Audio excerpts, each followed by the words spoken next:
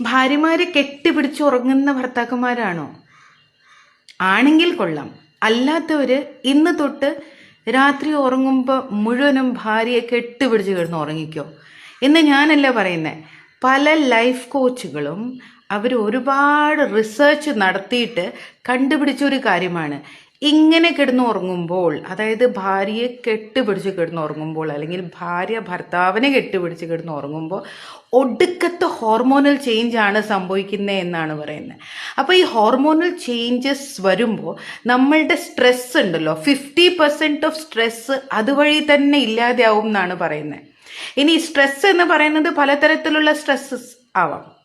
Job സ്ഥലത്തുള്ള ജോലിക്ക് പോകുമ്പോൾ ഉള്ള സ്ട്രെസ്സ്, അല്ലാത്ത കാര്യങ്ങൾ ചിന്തിച്ചിട്ടുള്ള സ്ട്രെസ്സ്, ചിലപ്പോൾ ഭാര്യമാർ വഴി വരുന്ന സ്ട്രെസ്സും ആവാം.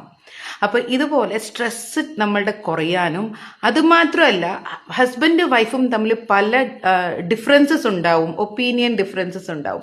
അപ്പോൾ അങ്ങനത്തെ ഡിഫറൻസസ് കാരണം പ്രശ്നങ്ങളൊക്കെ ഉണ്ടെങ്കിൽ അത് ഉടനെ മാറി കിട്ടും എന്നാണ് പറയുന്നത്. അപ്പോൾ ഇന്ന് തൊട്ട് അതൊന്ന് ട്രൈ ചെയ്ത് നോക്കിക്കോ. കെട്ടുപിടിച്ച് കിടന്ന് ഉറങ്ങിക്കോ. എന്താ, ഒന്ന് ട്രൈ ചെയ്ത് നോക്കൂ.